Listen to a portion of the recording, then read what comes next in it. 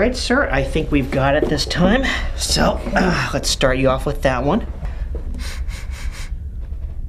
Okay, that's good. That's good. I like it. Just like, or? No. I really, really like it. I mean, it's a very pleasing aroma. Obviously, I have to run all of this by my aromatherapist still, but I think it's fantastic. Yeah, that one's especially high in the herbal distillates and essential oils. So there's something else though. There's a I don't know, a sweetness to it, I would say. Oh, yeah. Actually, that one was seasoned with 3 tablespoons of guilt.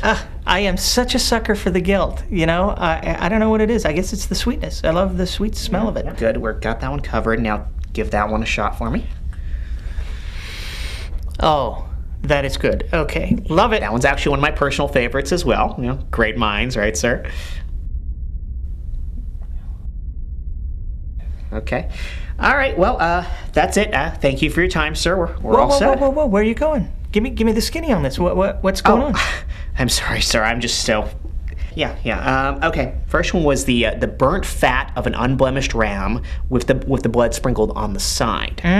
Interesting. On the side as opposed to... Well, on the altar itself. On the side seems to be very big for you. You actually preferred the blood that way, looks like every single time. Maybe instinctively I just know that the blood on the altar would be messy. I don't know, but it certainly smells better that way. And then second aroma is flayed turtle dove.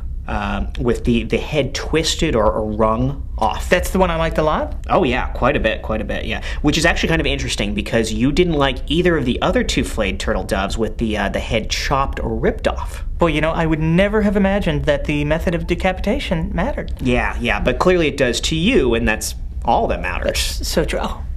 Matter, that's why you're supposed to be here, Timmy. What is this? Is this just some kind of big distraction? What's with the matter? Like I told you, we don't have enough of the stuff if we're going to do this organically. Not unless we use... Don't say it, Timmy. Don't go there. Sir, you are going to have to consider the dark matter. Nope. Not gonna do it. No. Why not? What is your hang up with this, sir? Because I don't like it. It's spooky. I mean, you can't see it. You can't touch it. How do you even know that it's there? I mean, come on. I'm supposed to pay for something like that? We put together a whole showroom of the stuff for you. We've got samples. We've got swatches for you to pick from, and you have not stepped foot in there to look at it. We are dead in the water without this stuff. Why? What's the difference?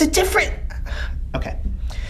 With the 6 or 7 day model, we could just trick this out and fill in all the gaps with magic. Right. But if we're going to do this organically, we're not going to have room for all the woo and the supernatural hocus pocus. Not after we add in the actual science and reason that makes it all fit together and work. And let's not forget, we are going to need one hell of an explosion just to kickstart the damn thing. I thought that's why we brought Allah on board. I mean, he's the demolitions guy, right?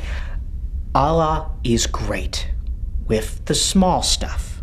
You want to blow up a bus full of civilians, a crowded discotheque, unarmored Humvee, heck, even a large office building. He is totally your guy, no question. He's a god.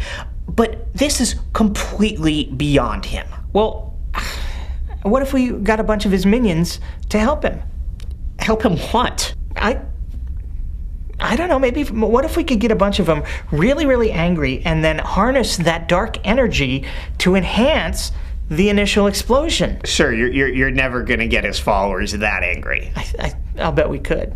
Sir. Timmy, listen to me. Everyone has a breaking point, okay? You push them so far, and that's it. They go ballistic, okay? Where do you think that term comes from, okay? Then they go over the edge. It's an explosive kind of anger. We just harness it. Come on. Who has 2 immaterial thumbs and knows about anger? Seriously? Sir, you are never going to be able to get an otherwise peaceful people that angry. I don't think you realize the kind of anger that would be necessary to create the kind of explosive environment that I'm talking about here. I'll bet we could. How? How could you ever possibly hope to create that level of anger? Cartoons?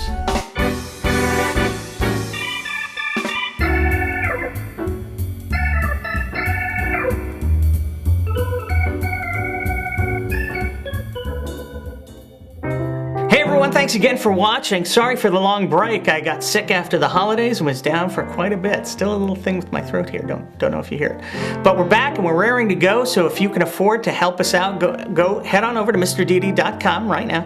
Well, wait till I finish. And click the donate button to subscribe or donate to the show if you want to keep it going. But while I've got you here, I really want to address one of the comments I get frequently, the whole get a job thing. People who don't like these begging segments are constantly telling me that. Get a job, get a job, get a job.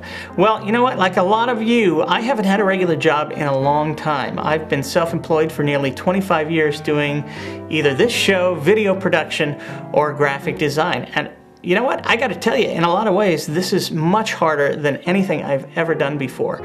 I mean, no one ever called me a douchebag when I was designing. Well, okay, I mean, they did, but it was in no way job related. And then I never got death threats. Okay, that's new and a little disconcerting. No one ever told me that I was going to burn in hell and that they were going to enjoy watching me burn in hell. That just seems mean. And you know, when I was doing graphic design, no one ever told me that I can't act or that I'm not funny. Well, okay, they did, but it was in no way job related. You know, this is pretty much a full-time job for me now. I'm either prepping for the show, which includes doing the research, you know, reading a lot of holy books or browsing religious websites. Not a lot of fun. And quite frankly, a little depressing. Then I'm either writing the show or actually producing the show. You know, getting the setup, getting it lit, getting the sound right, acting, directing, editing, color correcting, mixing the audio, doing the music, writing and performing these segments, although this is not really a performance, this is just me talking. And then compressing the show and getting it up on YouTube. And then, you know, I like to comment back with you guys and I try to answer every email. It's a lot of work. And then I have to deal with your typical cast of characters that you'd get pretty much at any job. There's the lovable, you know, somewhat incompetent, low-level employee who, though you've promised yourself 1,000 times never again, always manages to suck you into one of his disgusting personal stories, which invariably ends with some horrifically graphic verbal depiction of a bodily fluid or function. I mean, you know him. You've got him in your office, too. Try to stay away from him, but you can't. You love him. Then there's the really good-looking prima donna with the hot car, whose exploits are not only legendary, but whose worst day usually, you know, outshines all but your very best. That's depressing. Then there's the incredibly hot, super sexy, constant distraction who makes it nearly impossible to get any work done because you can't stop thinking about all the things you'd love to do to them or have them do to you. Huh? Right? Am I right? Oh, Jesus, look at the time. You know what? I've got to run. I've got to get another show out. Again, if you could help us out, go to the website. If you've already done so, thank you, thank you, thank you, thank you, thank you, thank you. And we'll see you again in a couple weeks. Thanks. I got to run.